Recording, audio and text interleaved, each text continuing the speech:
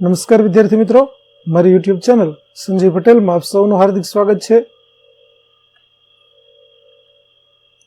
મિત્રો, આજના વિડીયોની અંદર આપણે ધોરણ 7 વિષય છે સામાજિક વિજ્ઞાન, જેનો પાઠ 7મો, જેનું નામ છે ભક્તિયુગ, ધાર્મિક સમુદાયો અને વિચારકો.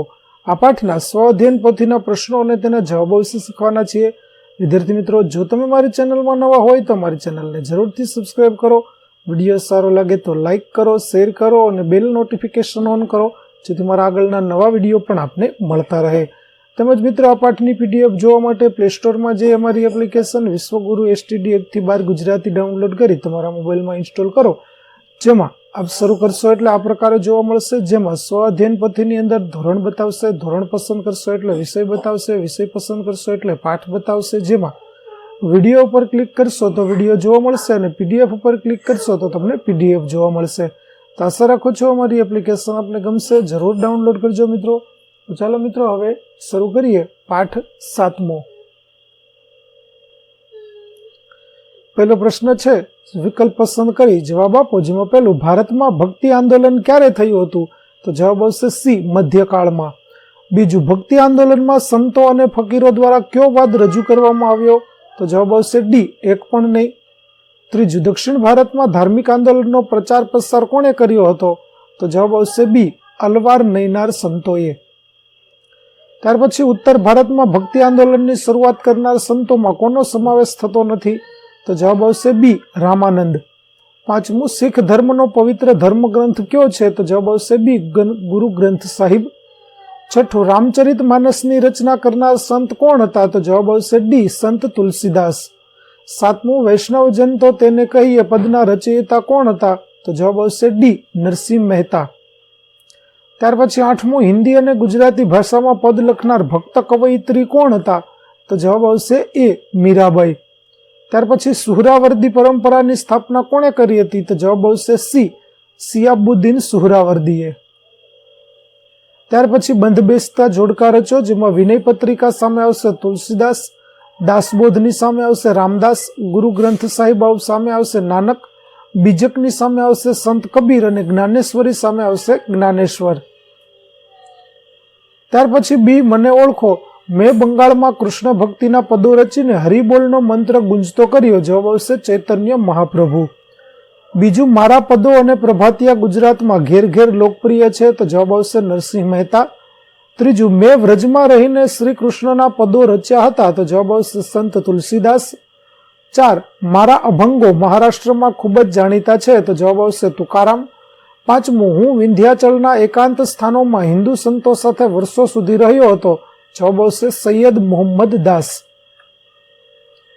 ત્યાર પછી ખાલી જગ્યા પૂરો. જેમાં પહેલું, મધ્યકાળમાં ભક્તિ આંદોલનની સાથે સૂફી ચળવળ આંદોલન પણ થયું હતું. બીજું, શંકરાચાર્યનો જન્મ કાલડી ગામે સ્થળે થયો હતો. ત્રીજું, ગુરુ નાનક શીખ ધર્મના સ્થાપક હતા. ગુજરાતી ભાષાના આદિકવિ નરસિંહ મહેતા છે. મધ્યકાળમાં એકેશ્વર પરંપરામાં કબીર સૌથી મહત્વપૂર્ણ સંત થઈ ગયા. જયદેવ અને ચૈતન્ય મહાપ્રભુ જેવા સંતો બંગાળ રાજ્યમાં થઈ ગયા હતા. 7મું, દક્ષિણ ભારતમાં મોઇનુદ્દીન ચિશ્તી લોકપ્રિય ચિશ્તી સંત થઈ ગયા. ત્યાર પછી પ્રશ્ન 4, નીચેના પ્રશ્નોના ઉત્તર 1-2 વાક્યમાં લખો. જેમાં પહેલું, ભક્તિ આંદોલન અને સૂફી આંદોલન સાંસ્કૃતિક સમન્વય કરનાર હતો એમ કઈ રીતે કહી શકાય? તો ભક્તિ આંદોલન અને સૂફી આંદોલન સાંસ્કૃતિક સમન્વય કરનાર હતો, કારણ કે આ આંદોલનોએ ધર્મમાં ઊંચ નીચના ભેદભાવ, માન્યતાઓ, અંધશ્રદ્ધાઓ, વિવિધ ધર્મની વાડાબંધીની અવગણના કરીને ભક્તિ માર્ગના દ્વાર બધા માટે ખોલ્યા હતા. ત્રીજું, અલવાર અને નૈનાર સંતોએ ભક્તિ આંદોલન દ્વારા કયા કયા સામાજિક સુધારાનો પ્રયત્ન કર્યો? તો અલવાર અને નૈનાર સંતો ભક્તિ માર્ગના એકેશ્વરવાદમાં માનતા હતા. તેઓ તમામ ધર્મ અને સંપ્રદાયોની એકતામાં વિશ્વાસ ધરાવતા હતા અને મૂર્તિ પૂજા તેમજ ક્રિયાકાંડના વિરોધી હતા. ત્રીજો પ્રશ્ન, સંત તુલસીદાસે રામચરિત માનસ ગ્રંથ લોકભાષામાં શા માટે લખ્યો હતો?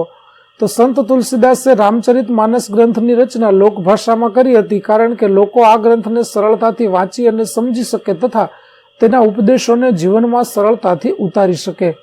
ચોથું, સૂફી શબ્દ કોના ધાર્મિક વિચારોને વ્યક્ત કરે છે? તો સૂફી શબ્દ ઇસ્લામના ધાર્મિક વિચારોને વ્યક્ત કરે છે. તેનો મુખ્ય મત ઈશ્વર અને મનુષ્ય વચ્ચે પ્રેમનો સંબંધ સ્થાપિત કરવાનો છે. ભારતમાં સૂફી મત ફેલાવનાર મુખ્ય 4 પરંપરાઓ હતી: ચિશ્તી, સુહરાવર્દી, કાદરી અને નક્શબંધી. 5મું, ભક્તિ આંદોલન અને સૂફી આંદોલનની સમાજ પર શું અસર થઈ? તો ભક્તિ અને સૂફી આંદોલનના સંતો, આચાર્યો, વિચારકો, ચિશ્તી સંતોના ઉપદેશથી સમાજમાં પ્રવર્તતા બાહ્ય આડંબરો, ઊંચ નીચના ભેદભાવો, વહેમો, અંધશ્રદ્ધા તેમજ અનેક કુરિવાજો ઉપર ગાઢ અસર થઈ. તેથી સમાજમાં આ બાબતોનું પ્રમાણ ઘટ્યું. સામાન્ય લોકો પણ ધર્મનો સાચો અર્થ સમજવા લાગ્યા. ઈશ્વર બધાનો છે અને આપણે તેને ભક્તિ દ્વારા મેળવી શકીશું એવી દ્રઢ શ્રદ્ધા લોકોમાં પ્રસરી. જુદા જુદા ધર્મો વચ્ચેના ભેદભાવો ઓછા થયા. સંત કબીરના શિષ્યોમાં હિન્દુ મુસ્લિમોનો સમાવેશ થતો હતો. સમાજમાં ઊંચ નીચના ભેદભાવો ઓછા થયા. આ સમયે અનેક સંતો નાતજાત ભૂલીને દરેકને પોતાના શિષ્યો બનાવતા. મીરાદાસ, મીરાબાઈ, રૈદાસ, રસખાન વગેરે તેના ઉત્તમ ઉદાહરણો છે. 6થો પ્રશ્ન, ભક્તિ આંદોલનના સંતોએ લોકોને સરળ ઉપદેશ આપવા શું કર્યું હતું? તો ભક્તિ આંદોલનના સંતોએ લોકોને સરળ ઉપદેશ આપવા લોકભાષામાં જ પદો અને અન્ય સાહિત્યની રચના કરી હતી. પરિણામે સમાજમાં સમાનતા અને એકતા આવી. સંતોએ લોકોને ધર્મ વિશે સમજાવ્યું કે બધા ધર્મોનો સાર એક જ છે, ઈશ્વર એક જ છે અને તે સર્વવ્યાપી છે. બધા ધર્મોનો એક જ માર્ગ છે. પ્રશ્ન 7, ભક્તિ અને સૂફી આંદોલન વચ્ચે રહેલ સમાનતા જણાવો. તો ભક્તિ અને સૂફી ચળવળ એ ભારતની મધ્યકાલીન સંસ્કૃતિની મહત્વની ચળવળ ઘટના છે. એ ચળવળનો મુખ્ય હેતુ અજ્ઞાન, અંધશ્રદ્ધા, વહેમો, મિથ્યાચારો, દુઃખ અને યાતનાઓથી પીડિત લોકોને સાદો અને સરળ ધર્મયુક્ત માર્ગ બતાવવાનો હતો. બી, નીચે આપેલ સંતોનો પરિચય 1-2 વાક્યોમાં આપો. જેમાં પહેલું, સમર્થ રામદાસ. તો સમર્થ ગુરુ રામદાસ શિવાજીના ગુરુ હતા. તેમણે લોકોને ઉપદેશ આપવા માટે દાસબોધ નામના ગ્રંથની રચના કરી હતી. તેમણે આધ્યાત્મિક અને સાંસારિક જીવનને જોડવાનો પ્રયાસ કર્યો હતો. બીજું છે સંત એકનાથ. તો સંત એકનાથ મહારાષ્ટ્રના મહાન સંત હતા. તેમણે ઊંચ નીચનો અને નાતજાતનો વિરોધ કર્યો હતો. તેઓ સૌને સમાન માનતા હતા. ત્યાર પછી રામાનુજાચાર્ય. તો રામાનુજાચાર્યનો જન્મ ઈસવીસન 1479માં દક્ષિણ ભારતના પેરુમલતુર ગામમાં થયો હતો. તેમની માતાનું નામ કાંતિમતી અને પિતાનું નામ કેશવ હતું. તે દક્ષિણ ભારતના મહાન સંત હતા. તેમણે ભક્તિ આંદોલનનો પ્રારંભ કર્યો હોવાનું મનાય છે. રામાનુજાચાર્ય ભક્તિ માર્ગનો સરળ ઉપદેશ આપી ઈશ્વર પ્રાપ્તિનો સંદેશ આપ્યો હતો. ત્યાર પછી સંત રૈદાસ. તો રૈદાસનો જન્મ ઈસવીસન 1450માં થયો હતો. રૈદાસ ઉત્તર ભારતના મહાન સંત રામાનંદના મુખ્ય શિષ્યો પૈકીના એક હતા. તે સંત કબીરના ગુરુભાઈ હતા. તે કબીરની જેમ ગૃહસ્થી અને નિર્ગુણ શાખાના સંત હતા. તેમનું અવસાદ ઈસવીસન 1520માં થયું હતું. ત્યાર પછી ખ્વાજા મોઇનુદ્દીન ચિશ્તી. મોઇનુદ્દીન ચિશ્તી પ્રખ્યાત સૂફી સંત હતા. તેમણે અજમેરમાં ચિશ્તી પરંપરાની સ્થાપના કરી હતી. તે નાતજાતના ભેદભાવમાં માનતા નહોતા. અજમેરમાં આવેલી તેમની દરગાહ કોમી એકતાનું ઉત્તમ ઉદાહરણ છે. ત્યાર પછી કારણ આપો. જેમાં પહેલું, ગુજરાતમાં પ્રજાને ભક્તિ રસમાં તરબોળ કરવામાં નરસિંહ મહેતાનો ફાળો અનન્ય છે. તો નરસિંહ મહેતા ગુજરાતી ભાષાના આદિકવિ છે. તેમના પ્રભાતિયા તરીકે જાણીતા બનેલા જ્ઞાન અને ભક્તિપૂર્ણ પદોએ જન સમાજ પર ખૂબ ઊંડી અસર કરી છે. તેમનું વૈષ્ણવજન તો તેને કહીએ ભજન લોકપ્રિય બન્યું છે. તેમણે કૃષ્ણ ભક્તિનો મહિમા ગાતા કહ્યું છે કે શ્રી કૃષ્ણની ભક્તિના સહારે મનુષ્ય ગમે તેવી આપત્તિઓ પાર કરી શકે છે. આમ ગુજરાતમાં પ્રજાને ભક્તિ રસમાં તરબોળ કરવામાં નરસિંહ મહેતાનો ફાળો અનન્ય છે. બીજું, એકનાથ ઊંચ નીચ અને નાતજાતના ભેદભાવમાં માનતા ન હતા. કારણ કે તેઓ ભક્તિ યુગના એક મહાન સંત અને સુધારક હતા. તેઓ સમાજમાંથી અંધશ્રદ્ધા, વાડાબંધી, ઊંચ નીચના ભેદભાવ વગેરે દૂર કરવાના પ્રયત્ન કર્યા હતા. આમ અને સૌને સમાન તક આપવાની હિમાયત કરી હતી. માટે આપણે કહી શકીએ કે એકનાથ ઊંચ નીચ અને નાતજાતના ભેદભાવમાં માનતા ન હતા. ત્યાર પછી ત્રીજું, સૂફી આંદોલનમાં ચિશ્તી અને સુહરાવર્દી પરંપરા ખૂબ જ લોકપ્રિય બની હતી. તો સૂફી આંદોલનમાં ચિશ્તી અને સુહરાવર્દી પરંપરા ખૂબ જ લોકપ્રિય બની હતી. કારણ કે બગદાદના સિયાબુદ્દીન સુહરાવર્દીએ સુહરાવર્દી પરંપરા સ્થાપિત કરી હતી. મોઇનુદ્દીન ચિશ્તીએ અજમેરમાં ચિશ્તી પરંપરાની સ્થાપના કરી હતી. તે કોમી એકતાનું એક ઉમદા દ્રષ્ટાંત છે. ચોથું, ભક્તિ આંદોલનની અસર ઊંચ નીચના ભેદભાવ પર પડી હતી.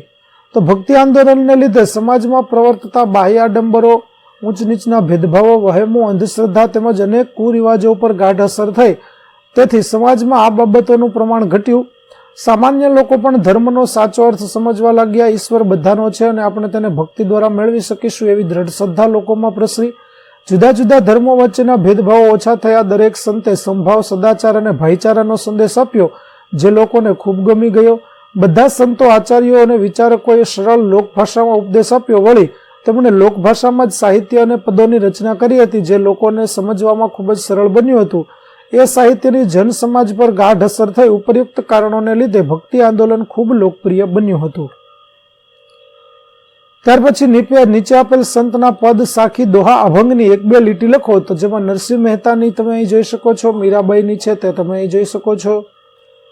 ત્યાર પછી સંત કબીરની છે તે પણ આપણે અહીં જોઈએ 1-2.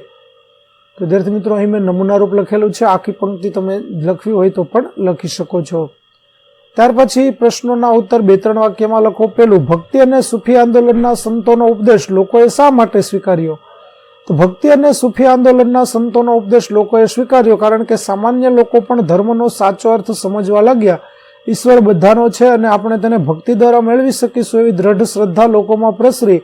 જુદા જુદા ધર્મો વચ્ચેના ભેદભાવ ઓછા થયા. ઉપરાંત સંત કબીરના શિષ્યોમાં હિન્દુ મુસ્લિમોનો સમાવેશ થયો હતો. સમાજમાં ઊંચ નીચના ભેદભાવો ઓછા થયા. બીજું, તમે જોયેલો કે જાણેલો કોમી એકતાનો કોઈ એક પ્રસંગ વર્ણવો. તો અમારી બાજુના ગામનો એક પ્રસંગ મને સારી રીતે યાદ છે, તે હું જણાવું છું. બાજુના ગામમાં એક યુવાનને તેની જ્ઞાતિના લીધે વર્ગખંડમાં બેસવા દેવામાં નહોતો આવતો. આ જ્ઞાતિના બધા લોકોએ ભેગા મળી એકતા દર્શાવી આંદોલન કર્યું. પરિણામે તેમની જીત થઈ અને વિદ્યાર્થીને વર્ગખંડમાં બેસાડવામાં આવ્યો. ત્રીજું, તમને ગમતા કોઈ સંત, ફકીર, પીર, મહાત્મા કે વિચારકનો પરિચય 5 વાક્યમાં આપો. તો વિદ્યાર્થી મિત્રો અહીં આપણે મીરાબાઈનો પરિચય છે તે જોઈએ. તો મીરાબાઈ રાજસ્થાનમાં મેળતા રાજાના રાજકુમારી હતા. તેમનો જન્મ ઈસવીસન 1498માં થયો હતો. તેમના લગ્ન મેવાડના રાજપરિવારમાં થયા હતા. તે નાનપણથી જ કૃષ્ણ ભક્ત હતા. તે કૃષ્ણને ગિરધર ગોપાલના રૂપમાં પૂજતા હતા. મેરો તો ગિરધર ગોપાલ દૂસરો ન કોઈ, એ તેમનો જીવન મંત્ર હતો. મીરાબાઈ એક ભક્ત કવયિત્રી હતા. તેમણે કૃષ્ણ ભક્તિને કેન્દ્રમાં રાખી અને ગુજરાતી અને હિન્દી ભાષામાં ઘણા પદો રચ્યા છે. મીરાબાઈના પદો નરસિંહ મહેતા અને સંત કબીરના પદો જેટલા જ લોકપ્રિય છે. ત્યાર પછી માગ્યા મુજબ પ્રવૃત્તિ કરો. તમે જાણતા હોય તેવા ભજનો, ભક્તિ ગીતો, ધૂનોમાંથી તમને પસંદ હોય તેવી 2 રચનાઓ લખો. તો વિદ્યાર્થી મિત્રો અહીં મેં એક નરસિંહ મહેતાની વૈષ્ણવજન અને મીરાબાઈની મેરુ તો ડગે, આ 2 કાવ્યો છે તે ગંગા સતીનું, તે આપણે અહીં લખ્યા છે. તમને આ સિવાય જો કોઈ કાવ્ય ગમતું હોય તો તમે તે પણ લખી શકો છો. ત્યાર પછી વર્ગખંડમાં મિત્રોની મદદથી સર્વધર્મ પ્રાર્થના પોથી બનાવો. તો વિદ્યાર્થી મિત્રો તમારે જાતે પ્રાર્થના પોથી બનાવવાની છે.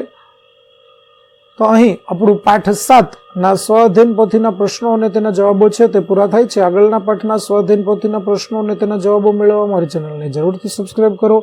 તેમજ PDF જોવા માટે પ્લે સ્ટોરમાંથી અમારી એપ્લિકેશન વિશ્વગુરુ STD 1-12 ગુજરાતી ડાઉનલોડ કરો, જેમાં આપને ધોરણ 7 તમામ વિષયની સ્વાધ્યાય પોથી, સ્વઅધ્યયન પોથીની PDF જોવા મળશે. આશા રાખું છું અમારી એપ્લિકેશન આપને ગમશે. જરૂર ડાઉનલોડ કરજો. ફરી મળીશું પાઠ 8ની અંદર. ત્યાં સુધી આવજો.